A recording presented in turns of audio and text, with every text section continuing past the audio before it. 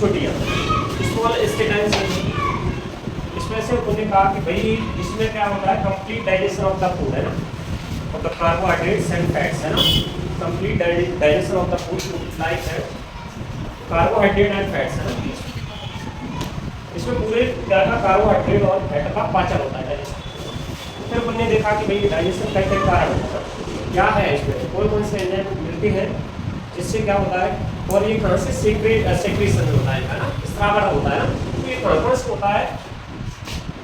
तो इसमें फिर मैंने बताया कि एक तो लीवर है, it is the largest gland of the body है ना, समझ रहा है, सबसे बड़ी ग्लैंड होती है, ग्रंथि होती है अपनी बॉडी की ना, 1.5 किलो की होती है, करीबन 1.5 kg, ठीक है। दूसरा पेनक्रियास, ठीक है, लीवर से क्या सेक्रेट्स होता है, लीवर से वाइल जूस निकलता है, ठीक है, उसमें वाइल पिगमेंट के अलावा क्या होता है, वाइल साइड, ठीक है। तो ये वाइल पिगमेंट और वाइल साइड करते क्या है, वाइल पिगमेंट होता है वाइल जूस, यानी क्या करता है, एक तो जैसे तुमने देखा था कि स्टोमच में जो HCl होता है, HCl खाने को कैसा कर देता है, एसिडिक कर देता है, ठीक है, HCl हाइड्रोक्लोरिक अम्ल विच मेक्स एसिडिक है ना, और द फूड है ना, खाने को कैसा बना देता है, अम्लीय बना देता है ना। तो जैसे ये कहाँ पर आता है खाना, स्मॉल इंटेस्टाइन्स में आता है, तो यहाँ पर क्या वाइल जूस होता है, वाइल जूस क्या बना देता है, उसको बेसिक कर देता है, क्षारीय बना देता है ना, एल्कलाइन बना देता है, समझ में आ रहा है। दूसरा पार्ट इसमें जैसे उन्होंने कहा कि जैसे उन्होंने कहा कि इसमें क्या बचता है, complete digestion food carbohydrate and fats. तो फैट का डाइजेशन कैसे होता है, बाइल साइड से होता है, विच सेक्रेट्स फ्रॉम द लीवर है ना। तो ये क्या कर देता है, फैट को तोड़ देता है ना, लार्ज फैट ग्लोबुलस है ना, लार्ज फैट ग्लोबुलस को किसमें, स्मॉल फैट ग्लोबुलस में तोड़ देता है। और इस प्रक्रिया को ना, ठीक है, इस प्रक्रिया को क्या कहेंगे, this process called is emulsification है ना। इसको क्या कहेंगे, इमल्सिफिकेशन। क्वेश्चन आ जाए कि भाई इमल्सिफिकेशन क्या है, व्हाट इज द इमल्सिफिकेशन है ना, तो ऊपर बता देंगे this is the process which break large fat globules into small fat globules।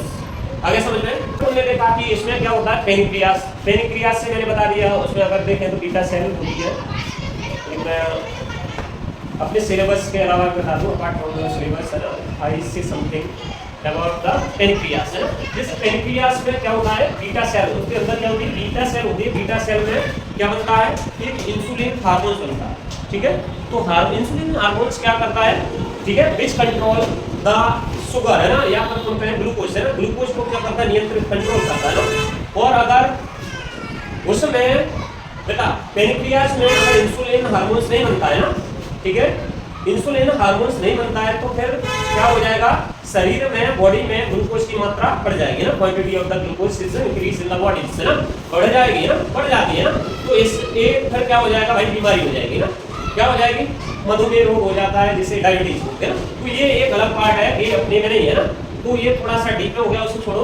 लेकिन दूसरा पेनक्रियास से क्या निकलता है, 2 एंजाइम्स निकलते हैं ना, 2 एंजाइम्स कौन से, एक ट्रिप्सिन एंजाइम, एक लाइपेज एंजाइम। और कौन सा, एक ट्रिप्सिन एंजाइम और एक लाइपेज एंजाइम है ना। कहां से, पेनक्रियास से पेनक्रियाटिक जूस, पेनक्रियाटिक जूस है, which secrets the pancreatic juice है ना। In this pancreatic juice there are 2 enzymes है ना, one is the trypsin enzymes and second one is the lipase enzymes, ठीक है। one is the trypsin enzymes and second one is the lipase enzyme ना। तो trypsin enzyme क्या करता है, जैसे तुमने पढ़ा था ना, मैंने क्या पढ़ा था, जैसे लार है ना, स्लाइवा में कौन सा एंजाइम था, एमिलेज। तो एमिलेज क्या करता है, which breaks down protein into pentose, किसमें बदलता था, पेंटोज में। अब यहाँ पर यही प्रोटीन का स्मॉल इंस्टेटाइन्स में आ गई, तो स्मॉल इंस्टेटाइन्स से क्या, पेनक्रियाटिक से पेनक्रियाटिक जूस, और इसमें ये एंजाइम होता है, और यही एंजाइम किसको, पेंटोज को एमिनो एसिड में बदल देता है। आगे समझ में, लार में कौन सा, लाइपेज एमाइलेज एंजाइम था, एमाइलेज एंजाइम किसको, प्रोटीन को किसमें, पेंटोज में तोड़ता है। और यहाँ से जो ट्रिप्सिन एंजाइम किससे सेक्रेट्स होगा, स्रावित होगा, पेनक्रियास से। तो पेनक्रियास से स्रावित होगा, तो पेनक्रियास में ट्रिप्सिन एंजाइम क्या करता है, पेंटोज को एमिनो एसिड में तोड़ देता है ना, यहाँ पर एक तभी तो कहा है कि भाई ये क्या है, it is a complete digestion of the carbohydrate and fats and protein, है ना। ये पूरा खाने का पूरा यहाँ पर पाचन होता है ना। आगे समझ में, आगे सेकंड वन इज द कौन सा, लाइपेज एंजाइम्स, है ना। तो लाइपेज एंजाइम्स क्या करता है, फैट को तोड़ता है ना। फैट को किसमें, गिल्सरॉल में तोड़ देता है ना, किसमें, गिल्सरॉल में ना। तो एक तरह से क्या हो गया, फैट और कार्बोहाइड्रेट प्रोटीन का यहाँ पर पाचन हो गया ना।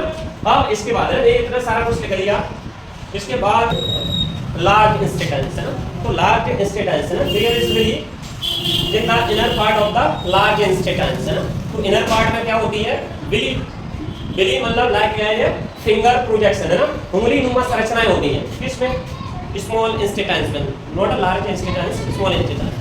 मैंने कहा there is a will, there is a belly in the inner part of the small intestines, ठीक है, which helps the absorption of the food, है into the blood, है। वो किस में पहुंचाता है, फूड को एब्जॉर्ब करके किस में, ब्लड में पहुंचा देता है। समझ में आ रहा है, खाने को अवशोषित करके वो किस में, ब्लड में पहुंचा देता है।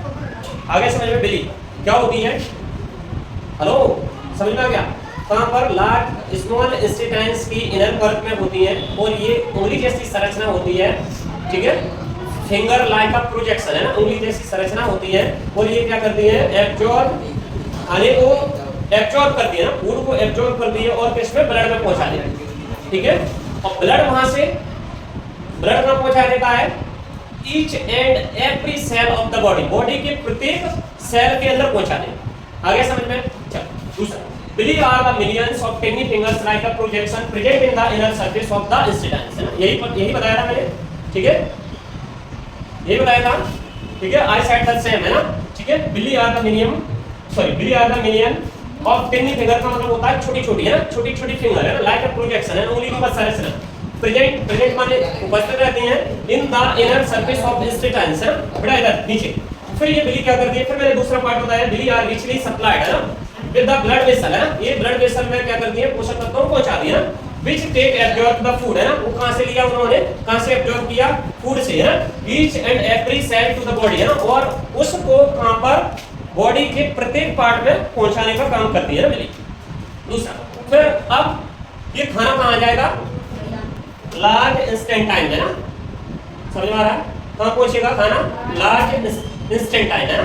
तो मैंने कहा कुछ तो एब्जॉर्ब कर लिया और कुछ अब बचा, जैसे तुमने क्या लिया, गद्दा लिया, गद्दे को पानी में डाला, कीच में डाला तो पानी को सोख लेता है, वैसे ये पोषक तत्व हो, न्यूट्रिशन होते हैं उनको सोख लेता है, सोख करके ब्लड में पहुंचाता है, ब्लड से सभी सेल में, बॉडी की सभी सेल में पहुंच जाती है। वो बॉडी का क्या होने लगती है, ग्रोथ होने लगती है ना, वृद्धि विकास होने लगता है, डेवलप होने लगती है।